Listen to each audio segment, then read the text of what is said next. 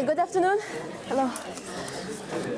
So today is the last lecture, and we devoted to review. Please don't forget that the final is tomorrow. Okay, and the tutoring center is open in the morning, so if you have some last-minute questions, please ask them.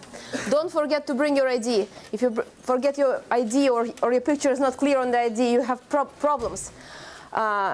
Especially because they will call you out and talk to you, and you lose minutes, you lose time. Okay, so please don't forget your documents. So this is the third time we're doing review in this class. We did one for the first midterm, the second one for the second midterm, and now the third time. So I want to emphasize the topics that we studied last, because these are the freshest in our brains, and we need more. We need to put the most thought into those, okay? And then I'll touch on the other parts of the class. Of course, the final is comprehensive, so it will start with the definition of integral, fundamental theorem of calculus, Riemann sums, stuff like this. We'll be calculating the area under the curve, the average value of a function, the volumes, the washers, stuff like this. And then we'll go to techniques of integration. All of this is covered. But now, today, let's start with techniques pertaining to series and their convergence.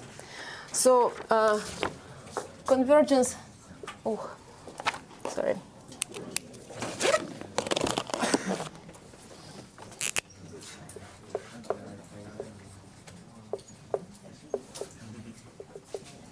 So I'll give you a few examples. So for example, whether this series converges or not, you can see that it looks like a function, and this function is something that we can integrate. So we consider f of x that's given by this expression, right? And we want to evaluate the integral of f of x dx. If that converges, then our series will converge too. So we're looking at an integral x plus 5, okay?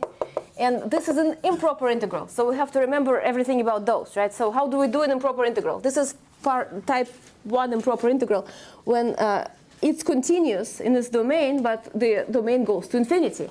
So we set up a variable t, which is the upper limit of integration, and let that go to infinity. So once we wrote that, we can stop here and just calculate the proper integral, right? And then take the limit.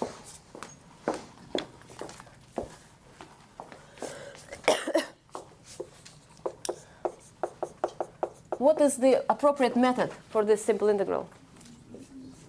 Substitution, right? We said that u is x plus 5. And when x is 1, u is 6. So we t plus 5. Okay. So we have du over times u minus 1/2 du, okay? And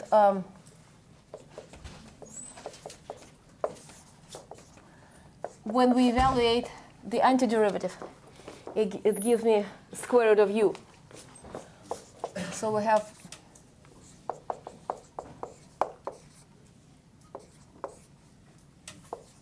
this expression, right? So finally we have to evaluate the limit as t goes to infinity of this. As is easy to see, it diverges, right? The limit is infinity. Therefore, the series diverges by the integral test.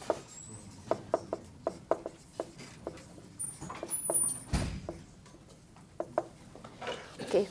Please remember the names of the tests and put them on your final to tell the grader that you know what you're doing.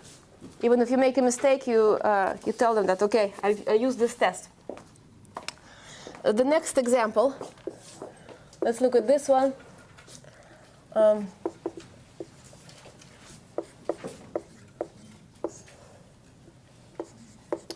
If you see a factorial, then question?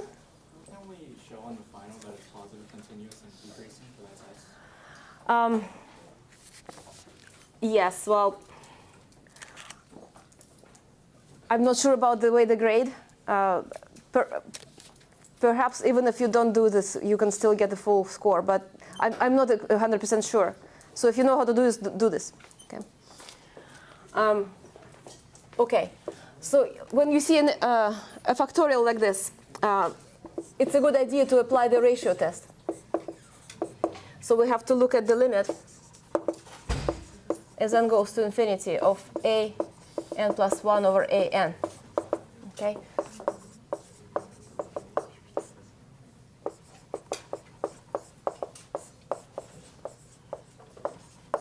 So we have to become really good at operating with factorials, right? What is n factorial divided by n plus 1 factorial? It's 1 over n plus 1, right? How about powers? 100 to the power n plus 1 divided by 100 to the n. That's just give me 100, right? And of course, this goes to 0, okay, as n goes to infinity. As long as it goes to something that's less than 1, we're good. Okay, so this converges.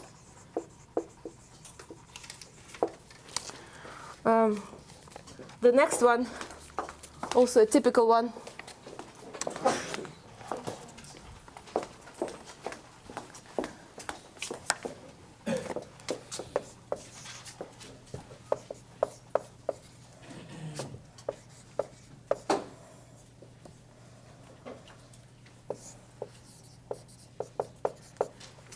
Okay. So this integral has minus 1 to the n, so it's alternating series. So let's test that. So alternating series test. There are two conditions that need to be satisfied. Vn plus 1 is less than Vn, and Vn go to 0, right? So let's check. So you can see that Vn is not an easy expression in this case. Sometimes you can just tell that it, but here we have this combination. So the best thing to do, and we have to see whether this decreases or not. We want it to decrease. So we are going to use the power of continuous analysis. We are going to look at the function f of x that's just like this. Because with functions, we can take derivatives. Okay, and then we don't have to worry about anything. If derivative is negative, we're good. So calculate f prime. Okay.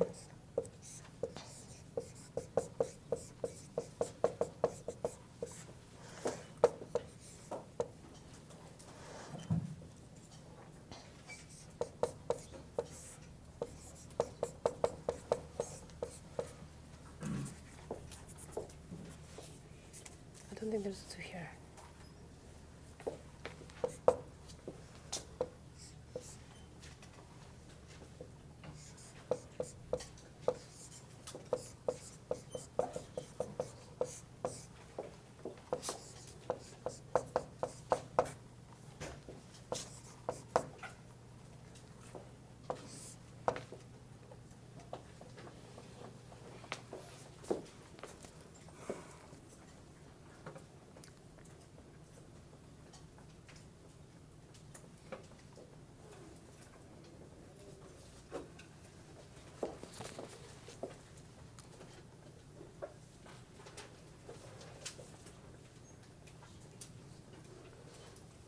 Okay.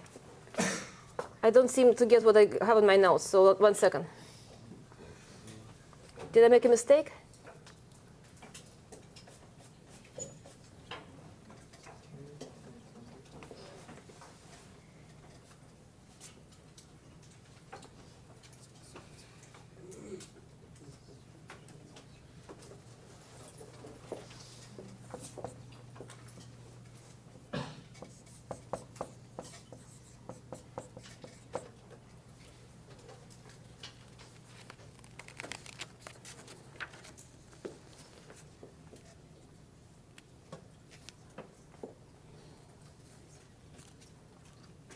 Okay, I'm not happy because it should decrease. And I'm getting a positive derivative.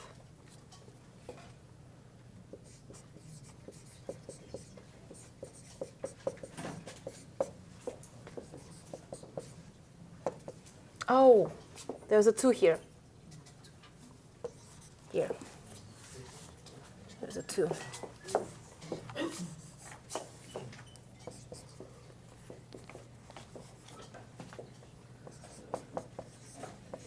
Okay, so for large enough x, if x is greater than 5/2, f prime is less than 0. Okay, so my mistake was when I was taking the derivative here, I forgot to differentiate 2x plus 5 separately to get this 2. Okay, nobody caught my mistake. That's not very good. Okay, so the derivative is negative.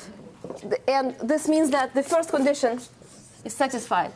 Now we want to make sure that the limit is 0. So what happens to square root of n? What's the limit of square root of n to n plus 5?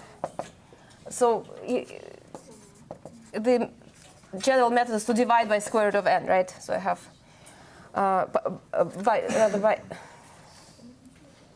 divide by n.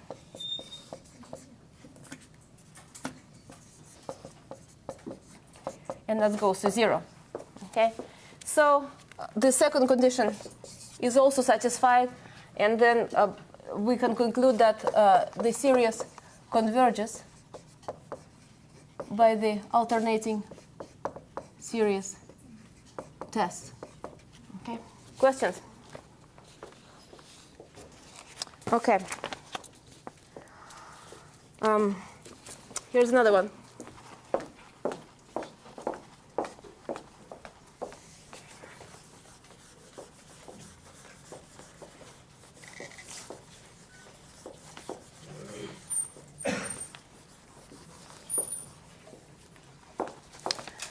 Let's look at this one.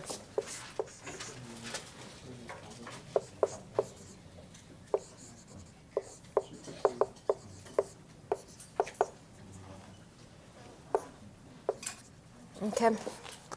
So what is the method here? In principle, I want to use a comparison test. What do I want to compare it with? So my given series has terms 1 over n log n plus 3. And I want to compare it with something that looks simpler, like this, n log n, right? And then maybe I can say something about this one. So first of all, let's see if the test will hold. So I'm going to use the limiting version of this. The ratio an over bn should approach some number which is not 0 or neither 0 nor infinity. Okay, as long as it's some finite number, I'm good. So I have n log n plus 3, and here I have n log n. Okay. So limit.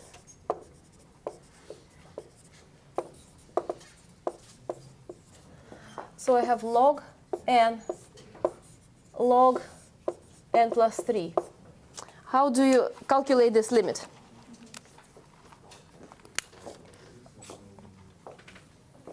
Where does it go to?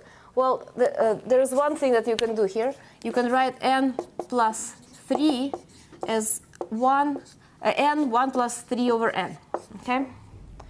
And then the log of n plus 3 becomes the log of n 1 minus 3 over n. I'm sorry, plus, like this. So we have a log of a product. Okay? So I have log n, and I have log of n 1 plus 3 over n. What happens to a log of a product? It falls into a sum, right, of the two logs. So we have log n here. And here we have log n plus log 1 plus 3 over n. So now it's easy, because when n goes to infinity, 3 over n disappears. Here we have log of 1, which is 0. And we have log n over log n, which is 1. So we can apply the comparison test. Now the question is, what does this series do? The one we're comparing with. It's not necessarily the easiest of them, right? Let's look at its behavior. So what happens to Bn, which is 1 over n log n. Okay, so now we can use the integral test. And we can, starting from some constant, evaluate the integral of this function. Okay. So this is the method I would use here. This looks like this function. So where do I start with? Here's a good question. I could start with 0, not a good idea, because it's discontinuous. I could start with 1, also not a good idea, because logs goes to 0. So let's start with some finite constant which is greater than 1. I don't care what it is. If a is greater than 1, then it's continuous there. I don't have to worry about it. And the test works for any finite bottom limit, as long as the top limit is infinity. Okay? So we have to consider this quantity. What's the method of evaluating this integral? So now we have an integral from a to t, 1 over x log x dx. And t will go to infinity. What's the method?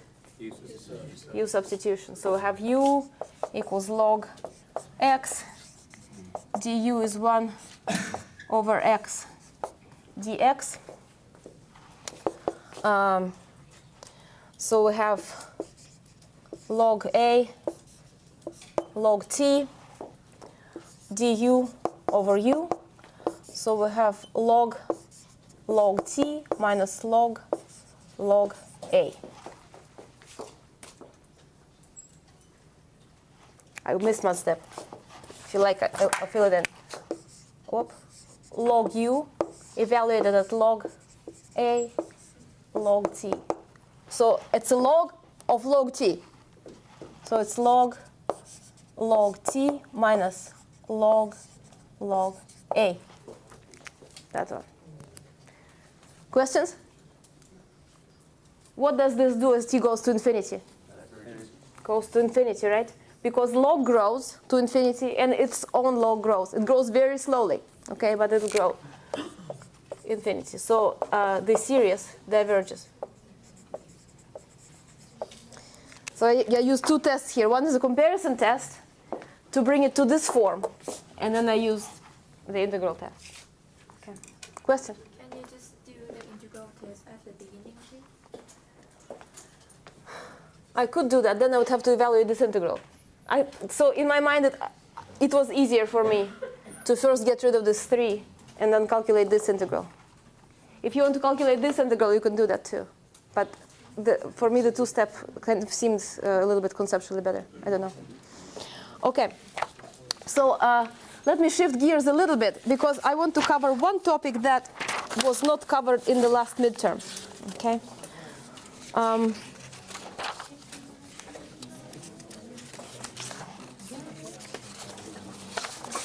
One second. So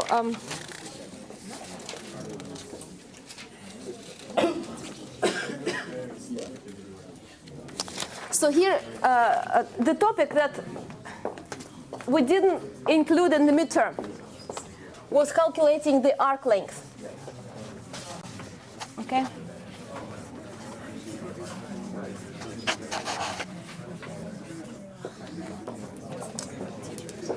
So please pay attention. So arc length. So I want you to do some examples at home when you prepare, just to make sure that you remember the formula and you know what you're doing. Okay, arc length is something that we didn't really do. So calculate the arc length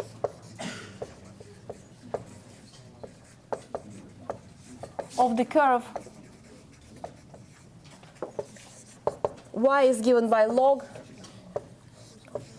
cos x for x between 0 and pi over 4, right? So we always do these problems in the same way. First, we start by calculating dy dx, okay?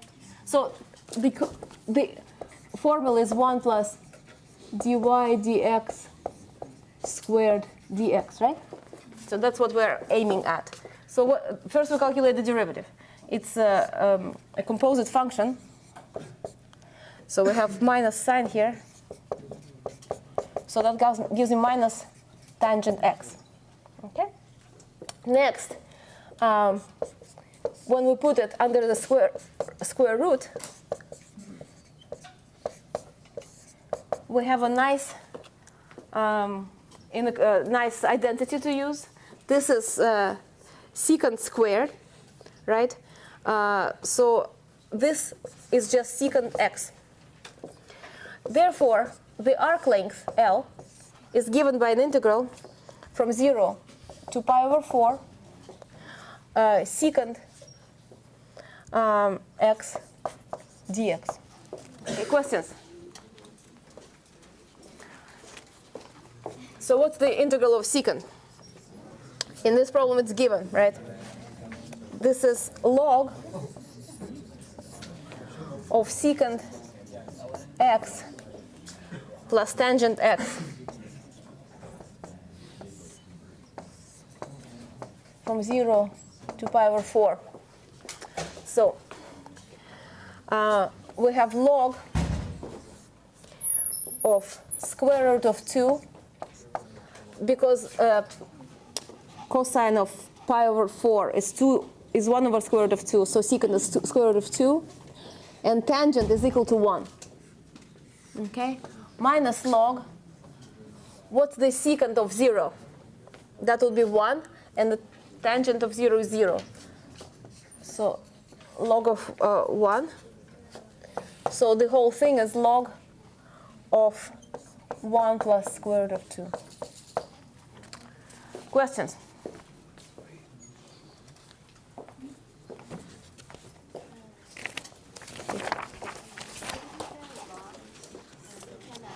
So this, from here to here, is an integral that you may or may not remember. It's very difficult to calculate, and here it's given as a hint. I don't think you should actually remember it. Okay. Let me find another arc length for you. I have another arc length.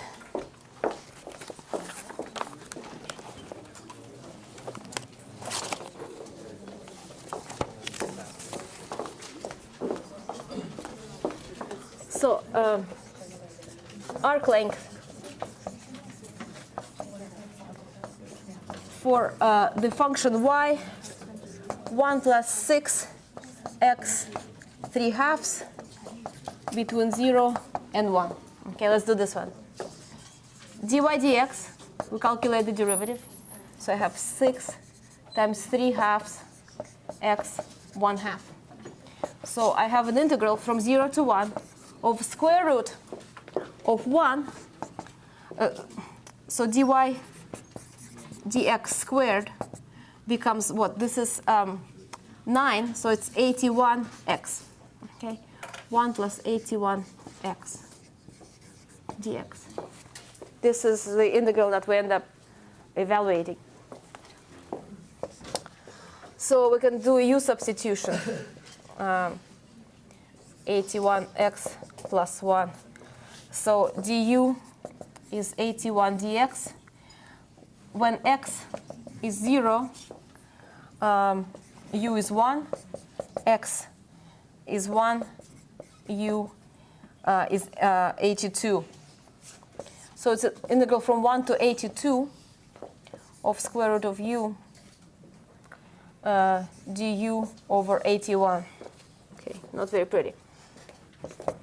So I have square root of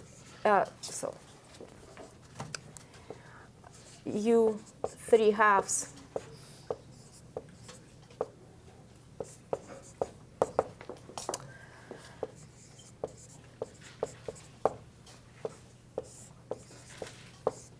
So this is the answer. Okay. So I give you 2 examples of this because we didn't have that on the midterm. Any questions about arc length? Okay.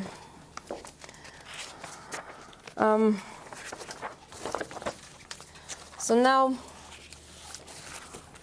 Taylor series and Maclaurin series.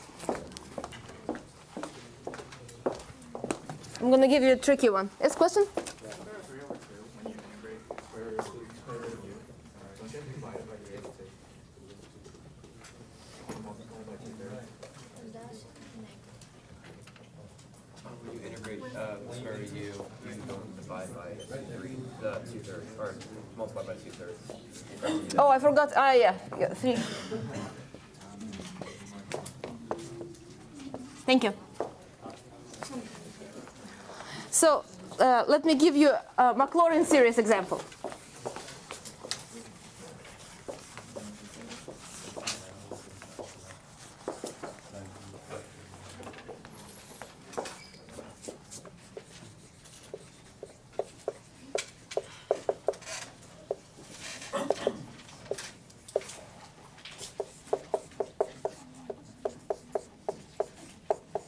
Of this function, okay? So there are 2 ways of doing it. The long and horrible one and the short one. Okay, the long way would be, I have to, so in either way, you have to remember that Maclaurin series looks like this.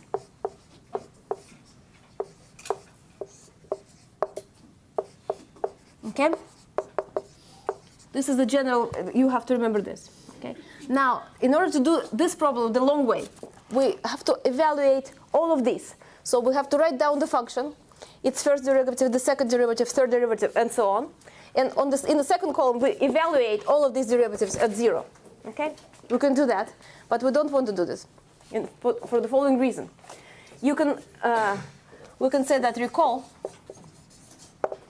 that there is a very nice function, okay? There's a very nice function, sorry, e to the x, whose Maclaurin series we should know, okay? Because it's very, very simple, like this. Remember, we derived this in class. This is the easiest and simplest Maclaurin series of all, the exponent.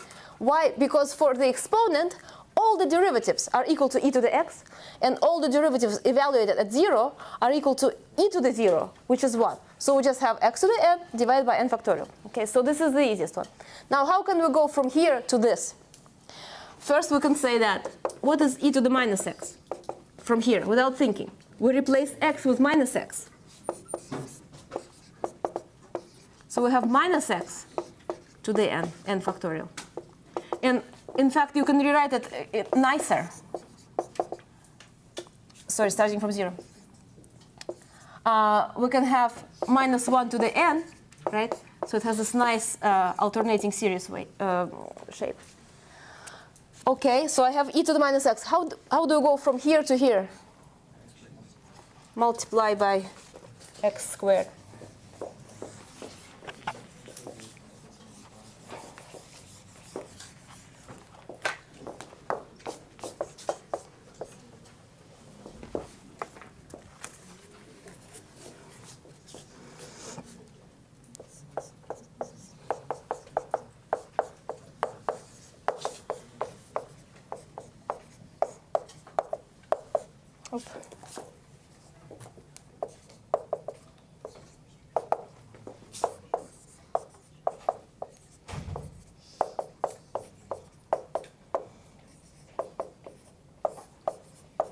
Look at this. So I incorporated x into the n. Right? So now this is the answer. What is the radius of convergence for this? We remember that the radius of convergence for this nicest Maclaurin function is infinity. Okay? Therefore, because of all these operations, it doesn't change. And we can say that r is equal to infinity here too. Okay? For the same reason that r is equal to infinity here. And we calculate, it's a known fact, we calculated this in class. Okay. Very good questions. Question? So no matter what you do, then at the end the radius is the same. So if you differentiate the series, integrate the series, multiply it by a number, interchange x with minus x, then it doesn't change. Okay? If you multiply x by a different number, then it will change. Unless it's infinity, it will remain infinity. But if, for instance, the radius of convergence was equal to 1, and you replace, for a certain series, and then you replace x with 2x, now 2x has to be smaller than 1. So the radius becomes 1/2. Okay? So if before x was less than 1, and now you replace it with 2x, then x now is less than 1/2. So this is your new radius of convergence. But this doesn't pertain to this example. I was also wondering, should we memorize like the whole table? Oh. Or are we just going to get examples like this? I don't know. This for sure I would memorize. I'm not sure about sine and cosine. We've only been teaching this a few times. I don't know. I don't know. So memorize this, and it's probably okay. Yep. Would this only apply to this problem, or could you do it with different ones? Say if it was instead of x squared, it was sine of x e to the negative x. Oh, no, that would not apply, because in this case, you have sine here. So when you multiply through by sine, it stops being a power series right here. So you would have sine x here. You multiply through, and it doesn't look like a power series anymore. Okay. So if you have some complicated function, like sine e to the minus x, there are a few ways of doing it. One is just the straightforward way. You calculate all the derivatives, try to find a pattern, calculate, and then evaluate all the derivatives at 0. Okay. Okay. Let's see what else.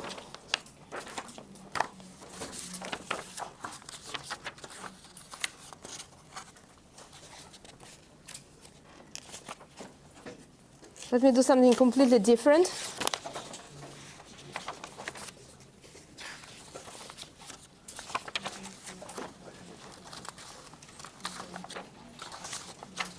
Okay.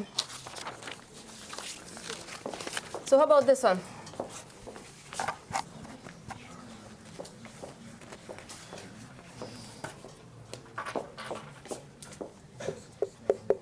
Evaluate d dx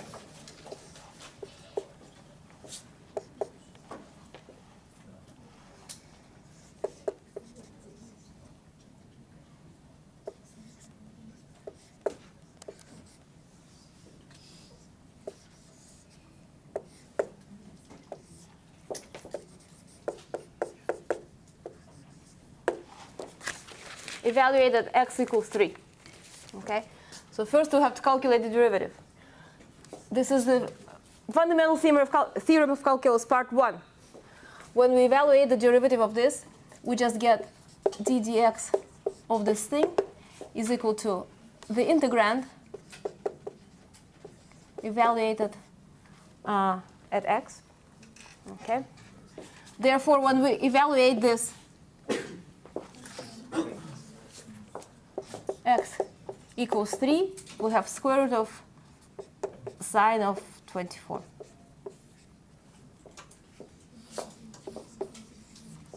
Questions? Question?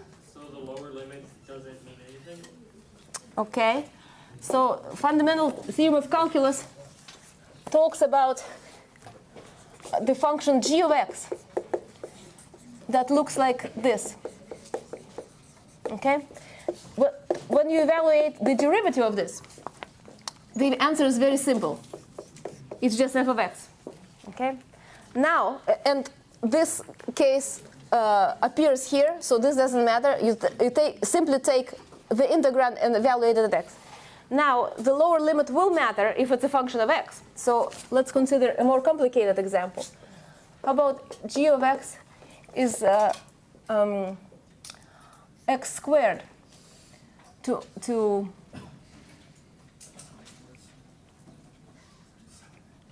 I don't know, cosine x. f of t dt.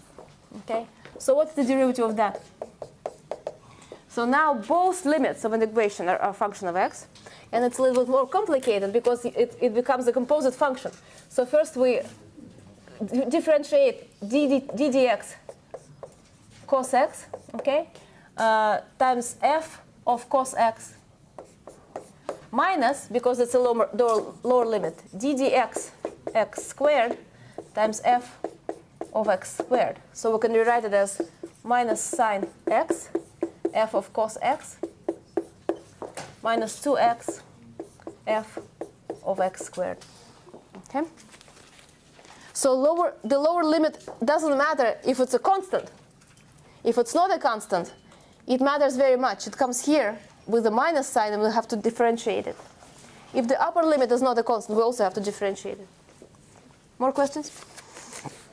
If it's like a constant at the top and then x on the bottom, can we use this rule? You flip it. Yes, of course. Well, if it's an integral from x to b, okay, f of t dt, the easiest way is to rewrite it as minus integral from b to x. Right? You can flip the limits, and then you apply the fundamental theorem of calculus in its pure form, but you'll have the minus sign. Okay. Okay. How about evaluating an integral or two?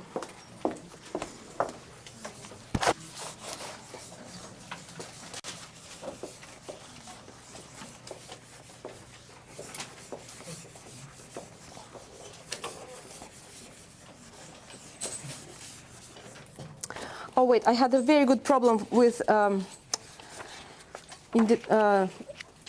improper integrals. Let me find that. This one.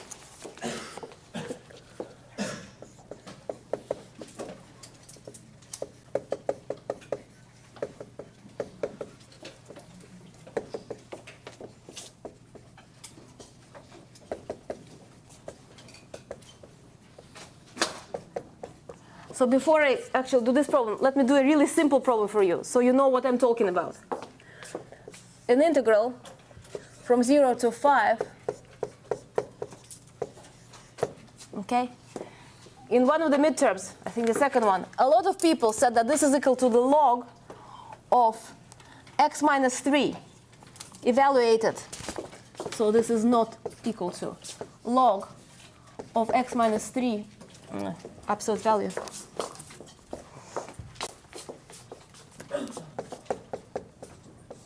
Evaluated at 0 and 5. So this is log of 2 minus log of 3. This is wrong, okay? Because what we are overlooking is the fact that this is a discontinuous function, and the discontinuity lies between 0 and 5. At 3, the function does something bad, okay? It does this, okay? So we cannot simply blindly do the antiderivative. It's not a continuous function. It's an improper integral of the second kind. Please don't ignore this fact. It's very easy to overlook. But if you look at the denominator, it turns into 0 inside the limit of integration. It means that we have a problem, and we have to look at that. So the way to do it, we have to say that this integral is actually a sum of two integrals. One goes up to 3. 3 is the problem point, right? That's where the function does its jump. And then from 3 to 5. And now you can take either of them, okay, and start evaluating it. So this integral is equal to the limit as t goes to 3 on the left of this. Okay, we replace the problem limit. This is the problem limit. This is where the function experiences a discontinuity. We replace it with t, and later we take t all the way to 3, right? But now we calculate this. So this becomes the limit of this log of t minus 3 minus log of 3.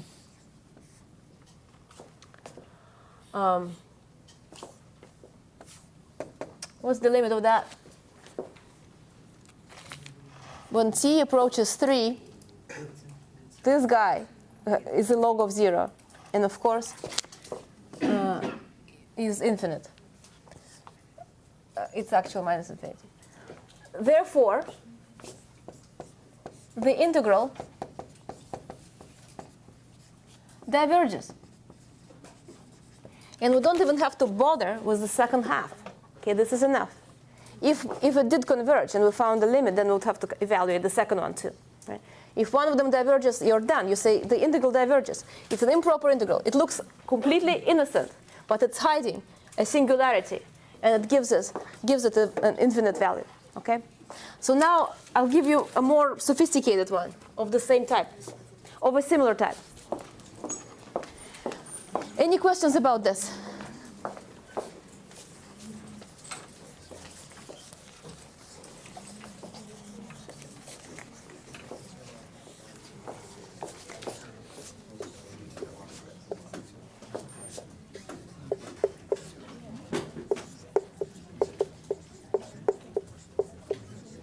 Look at this one. So this integral, if you just look at it, potentially could be an improper integral in two senses. One, the limit of integration goes to infinity. Two, this guy can be 0 inside the limit of integration. So let's see what this is equal to. If you solve this quadratic equation, you find that this is equal to z plus 2, z plus 1. Okay? So you can rewrite this guy.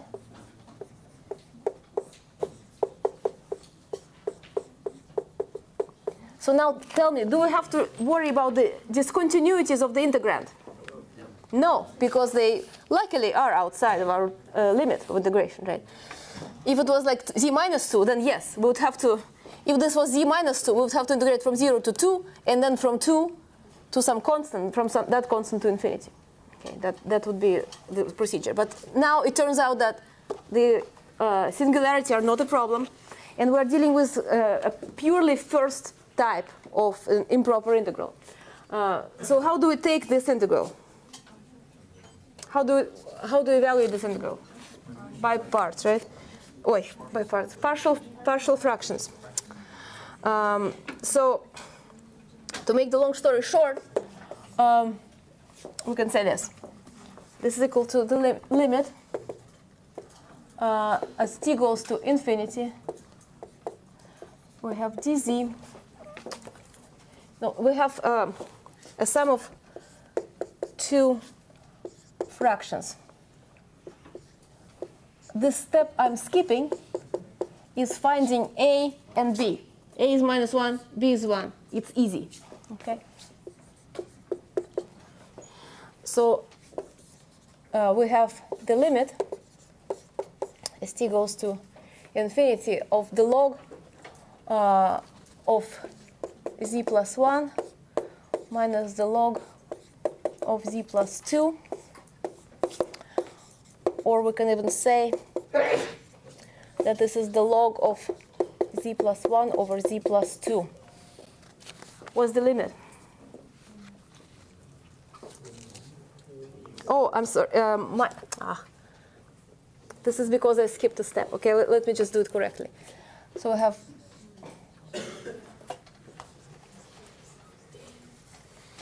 this is correct from 0 to t, okay? And this is log of z plus 1, z plus 2, from 0 to t, right?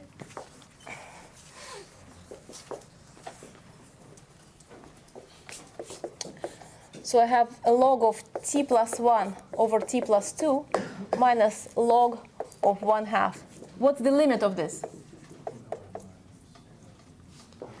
This quantity under the logarithm tends to 1. Therefore, the log of 1 is 0. And I have minus log 1/2. So this is the answer. Okay. Questions? Okay. I had another one that I want to show you. This one.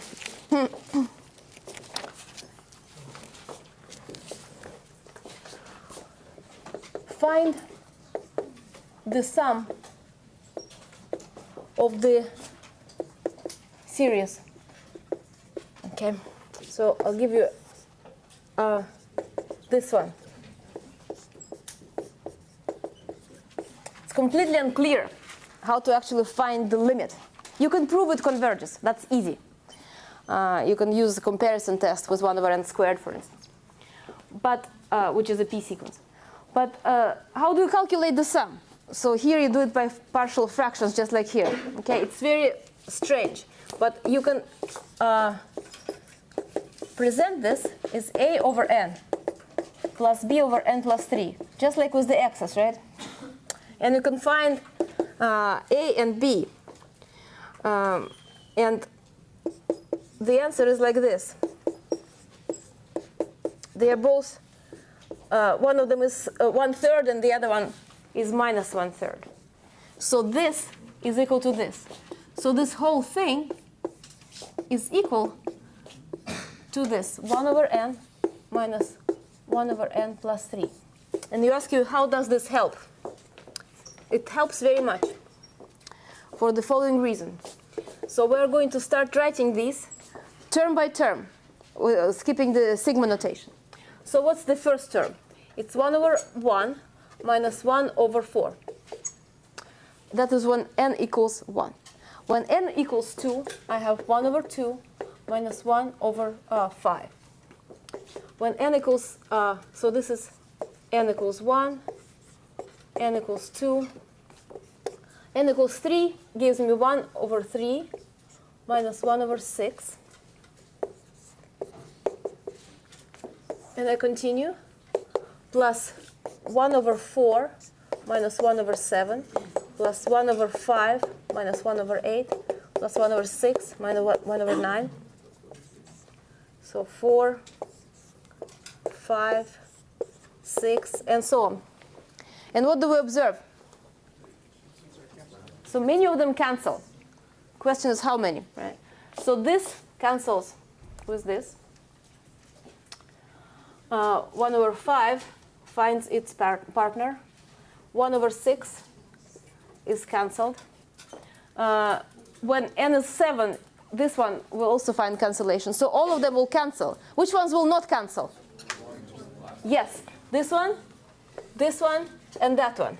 So the answer is 1 plus 1/3 plus 1/6 times 1/3. And that's equal to 11/18. Okay, very clever method. So this is called the telescopic sum. When you, zoom this telescope, you can collapse a telescope, and only a finite number of terms is left. Question? What happened to the n term? So this was kind of a shortcut. I said that as you go to infinity, they all cancel.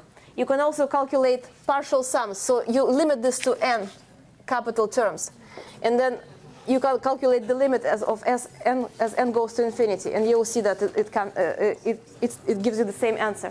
Question? Well, in general, it depends on the difference between this. See, here they differ by 3. That's why the first 3 didn't find a partner. Okay. If it was like n plus 10, then the first 10 would stay. Mm-hmm. Question? Maybe 1 plus 1 half plus 1/3. Oh, yes. That's correct, but the final answer is correct. Thank you. Question? Why do you multiply by 1/3? Oh, because when I calculated A and B, A was equal to 1/3 and B was equal to minus 1/3. So 1/3 came out. So it's been a pleasure to teach you, and best of luck tomorrow at the final. Thank you.